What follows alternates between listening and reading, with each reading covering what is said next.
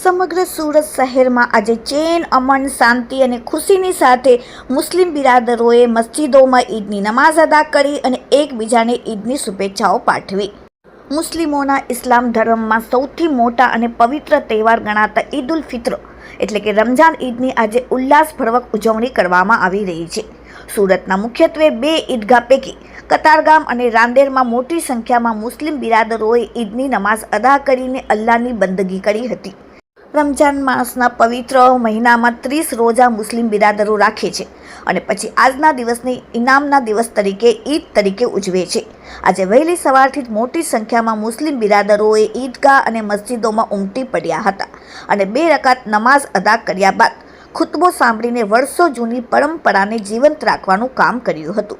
ઈદની નમાઝ પછી ખુતબો સાંભળવો વાજિબ છે એટલે કે ફરજની નજીક હોય છે, એટલે મોટાભાગના મુસલમાનો ખુતબો સાંભળીને ધન્યતા અનુભવે છે. આજે સુરત શહેરના કતારગામમાં ઈદગાહમાં સુન્ની હજરતોએ હર્ષોલ્લાસ સાથે ઉજવણી કરીને એકબીજાને મુબારકબાદી પાઠવી હતી. એટલું જ નહીં, પણ આ સાથે કતારગામની ઈદગાહની મસ્જિદમાં કતારગામના એસીપી ઝાલા, પીઆઈ અને પોલીસના કાફલો આવ્યો હતો અને મુસ્લિમ સમાજના અગ્રણીઓ સાથે હાથ મિલાવીને શુભેચ્છાઓ આપી. તો બીજી તરફ અડાજણવાસીઓ, રાંદેરવાસીઓ ઐતિહાસિક ઈદગાહની મસ્જિદ જે બોટનિકલ ગાર્ડન મોડાભાગર પાસે આવેલ છે ત્યાં ઈદની નમાઝ અદા કરીને એકબીજાને શુભેચ્છાઓ પાઠવી.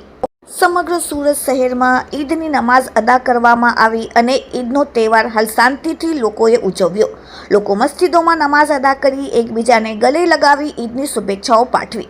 સાથે સાથે દેશમાં હિન્દુ મુસ્લિમની એકતા હંમેશા જળવાઈ રહે, આપસમાં ભાઈચારો જળવાઈ રહે તે માટે દરેક મસ્જિદોમાં ઇમામોએ દુઆઓ કરી અને લોકો સાથે દુઆઓ માંગી.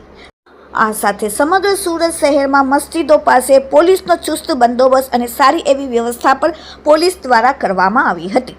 Bureau report, daily India TV, Surat.